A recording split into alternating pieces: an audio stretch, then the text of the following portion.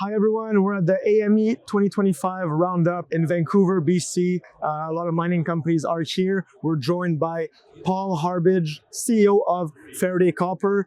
Their stock is a Canadian stock to watch. It's around 75 cents right now. There's a price target by analysts, BMO. There's also Ventum Capital and Canaccord that have a target around $1.45. So if you're an investor, put that on your watch list, watch it, look at which milestones they have coming up, and we'll also go deep into the story right now. We'll also talk about the current economic landscape in the US. You have a project that is located in Arizona. It's one of the largest copper project in Arizona. So I want to know, how does the political landscape affect you right now? Yeah, good morning, Louis. Great to be here again, meeting you today. And I think Trump coming in is great. It really shows that the US is open for mining business. And for the first time in a number of years, we're seeing projects getting permitted through construction in Arizona. Most recently we've got Taseko with the Florence project. That's now 50% through construction. We've just recently seen Hardbidge get their permits for phase 1 of Copper World. South 32 advancing the Hermosa project. They recently got another permit. So, I think exciting times.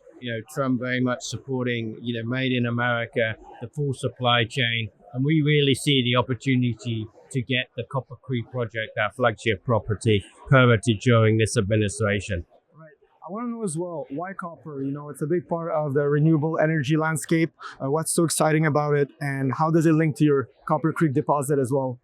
Well, look, copper, it's got a great use. It's the best conductor of electricity. This whole green energy transition from electric vehicles, power supply, renewables, infrastructure. It's the metal of choice. And with this whole big green transition that we're going through, I mean, the amount of investments that's got to be put into the grids to update the power, to these smart grids, but also, data centers, with AI, the amount of copper that's needed for that. So really, it's all about timing, but certainly the future is very bright for copper, right? And therefore as well, having a domestic source of copper to really support that transition in the US is key. And that's where Faraday Copper comes in with the Copper Creek project, that it can provide a supply of copper for more than 30 years. Right. And as you mentioned, the AI data centers, there's a lot that demand that's going to be for copper. There's even data centers, I think, getting built in Alberta and Canada, and in the US there are as well. So I want to know more about your Copper Creek project. Where are you right now on the mining curve, the Lassonde curve? As you mentioned in the outset, this is one of the biggest undeveloped copper projects in the United States that's still in the hands of the juniors. The discovery's been made, so we're very much sort of focused on this becoming a development project, but still with a lot of exploration upside. Right. Well, I know that Faraday is part of the Lundin Group. Great group to be part of. How did this come about? What's the story behind it? So I took over the running of the company in September 2021. I went to see Adam Lundin, showed him the project, our business case, our vision of the project, and he invested initially in an initial financing, and then the financings that we've done subsequent to that, they've invested more and more, and then are now a 19.9% holder, and we're part of that Lundin Group. And I think what that helps to do is it sort of reinforces the quality of the project, that and that you've got access to long-term capital. I mean, when you think about the recent Filo transaction, the results that NGX are getting down in Chile, that was a 20-year time frame. And that's, I guess, the big issue for the mining industry and for investors is the time it takes from discovery right up through to production. So having that support, not only from the Lundins, but we've got Murray Edwards in there, another Canadian resource billionaire at 6.5%, and we've got Pierre Lassonde as well at 4%. So you've got three of the best known mining people in the world invested in Faraday. So that really shows the quality of the project that we've got. Right. Can you go a bit deeper on Pierre Lassonde? What has he accomplished? A lot of mining companies and mining investors, they look at the Lassonde curve. He came up with that, correct? Yes, and obviously you create a lot of value through discovery. Making the exploration success, and then you've got a number of years of study work before then the curve goes even higher. Once you're into construction and then production. Right. So a lot of open pit projects they have that are already in production. Before majors acquire them, before it actually becomes a project, there's certain constraints that need to make sense. How does these constraints, like the grade and the size, link into your current projects right now? So one of the great things about Arizona is we're blessed with great infrastructure. We can drive to the project on a highway. There's an active rail line coming down to the project. There's a brand new high voltage power line of renewable energy just been constructed that passes the project. So we've got skilled labor. So unlike projects high in the Andes where you're at 5 kilometers, you've got to desal water, you've got to put infrastructure in. That's already in place in Arizona. So that also helps to, reduce capital intensity, and therefore, it's all about optimizing the project to get the best value. And as I said earlier, we see a 30-year mine life, more than 10 years of open pit, as well as 20 years of underground. So, gonna produce, it could be one of the largest copper mines in the United States. Right. Discuss more like the size and the grade, of the project right now. What are the current results that you've gotten recently? So we've got a 500 million ton resource, but what we said there's a lot of exploration upside. An area, it's called American Eagle. There's so we have two. I should say we've got two styles of mineralization. One are these breccias, which are broken classes of rock that are then cemented together with copper mineralization. They occur close to the surface, could be mined by open pits. And then that transitions into a porphyry mineralization at depth, which will be mined by underground.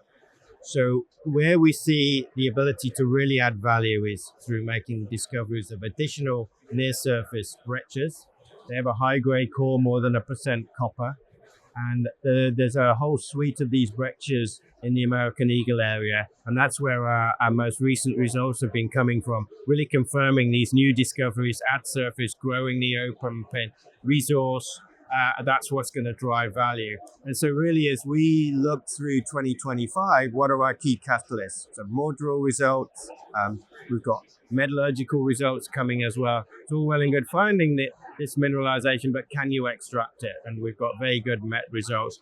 And then we're going to wrap all of our drilling into an updated mineral resource and an updated technical study. And we are targeting a 50% throughput increase from our original baseline PEA. So going from 30 to 45,000 tons a day, which correspondingly takes our copper production from 50 to 75,000 tons of copper annually for more than 30 years. And that's why I say that will put it on the map of one of the largest copper mines in the United States. Right. So you're saying that in the past PEA, the mine life would have been around, like, what is it, 30 years? Right. That's a lot of time. That's and we still see that time frame going, but with our exploration success, we're going to be able to grow that resource that will support this throughput increase and continued long-term mine life. Right. And that's what majors are looking for, right? They don't want a mine that is only going to operate for a couple of years, like 30 years. That's generational, right? Exactly. And I think, look, the other exciting thing is, as we've seen in the M&A front,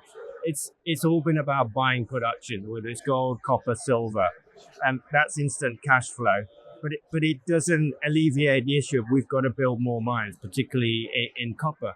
And really, buying production, it's just like rearranging the furniture. It's going from me to you. It's not bringing anything new in. So we've got to build new mines. Yeah. And so, I think now, with Trump coming in, the stars are starting to line.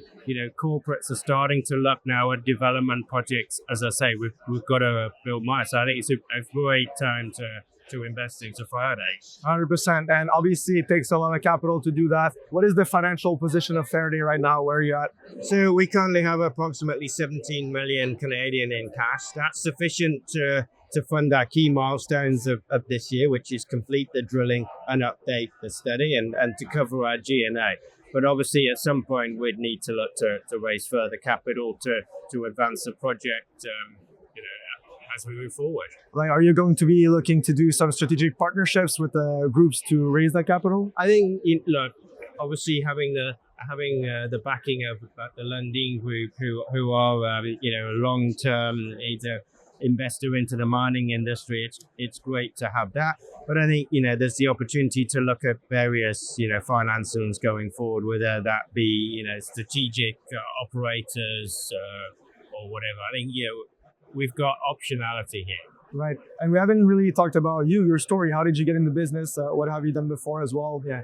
So I'm a geologist by education, born and brought up in the UK. And then I've been in the mining industry 30 years, really as an explorer.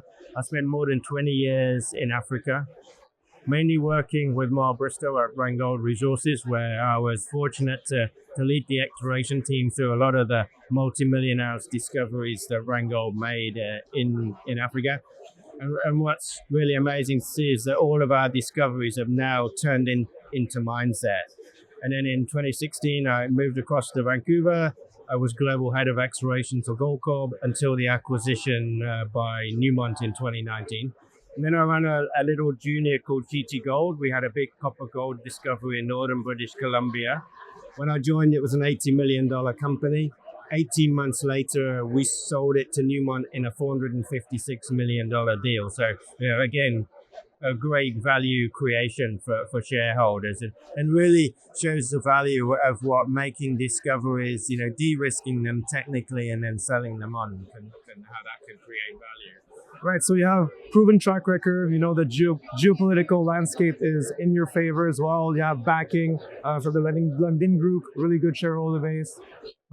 What else would you want our viewers to know about the company before we told it up? Let's say it's just an exciting time to be involved with Faraday. As you mentioned, the political change, demand for copper going up, the fact that there aren't new copper mines being built right today, and the opportunity to continue to add value through the drill bit really demonstrate the value of Copper Creek, and that we can get this permitted and be supported by both long-term shareholders as well as the incoming administration in the United States. So exciting time to be involved with Faraday. 100%. And where can shareholders find you? What's your ticker? Where do you trade on? So FDY, we're on the TSX main board.